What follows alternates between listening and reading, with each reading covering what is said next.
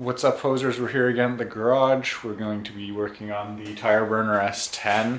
We have the tranny in and in place, but it's sitting wrong on the cross member, so we're going to pull that cross member back out, drill the holes out in it, mark and drill the holes out in it, and then that'll allow us to line up the drive shaft, see if it needs to be shortened, lengthened, whatever we got to do with that. So we're going to figure that out. We're also going to just go over, make sure all our bolts are tight, throw back in the suspension, and hopefully it's going to be on the ground and we'll be able to push it around and make zoom zoom noises. Zoom zoom.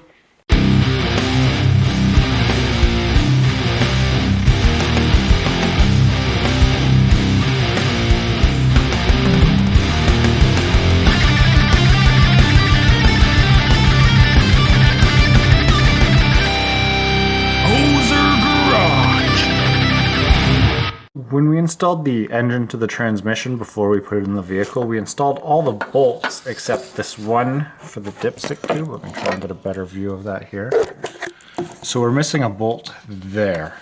So we're going to go over, make sure all the other bolts are tight, just for paranoia's sake, and then we're going to install that bolt now that we have the dipstick tube perfectly in place, and we know we can check our level, fill it up, do whatever we need to do involving the dipstick tube. Okay, so Aubrey's in there tightening it up. Yeah, they're pretty tight. Ah, that's a torque spec anyway, so we're good. So, as you can see, our transmission cross member is supposed to go through these two holes. If you feel in there, you can feel that the bolts for it are just a little bit off that hole. So we're just going to elongate these holes to get the transmission cross member, I guess, mount through the cross member.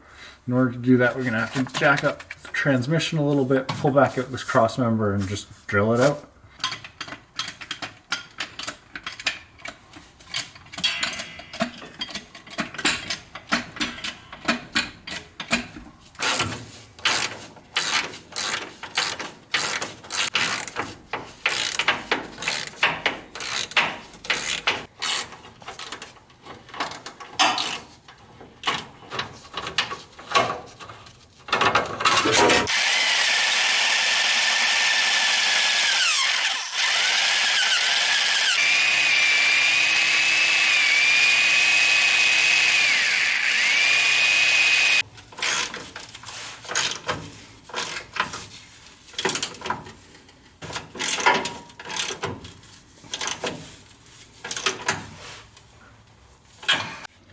Okay, so we're about to fit the drive shaft back in. What a lot of people end up having to do is they end up having to take about 1/4 of an inch out of the drive shaft in the front here, because the distance from this cross member and the diff hasn't changed. So we don't need to change anything about that, but the distance from here to the yoke of the transmission may have changed. But we have the engine as far forward as possible on the mounts, so we think that we might actually be able to get this to fit without actually modifying the length of the transmission or the length of the drive shaft. So let's try and fit her in here and see if she fits.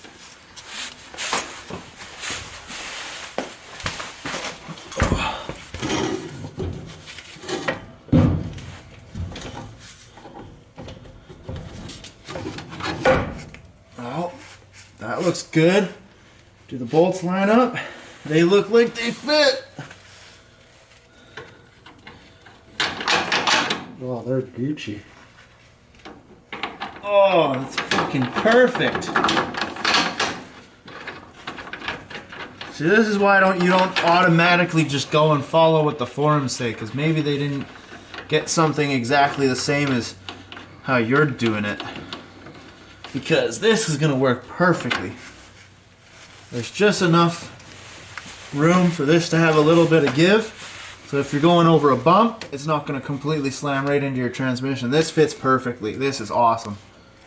So that's all we're gonna have time for today. We've got some obligations.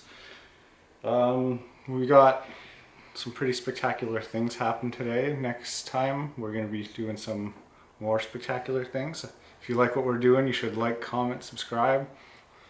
Let us know how we're doing. Peace out.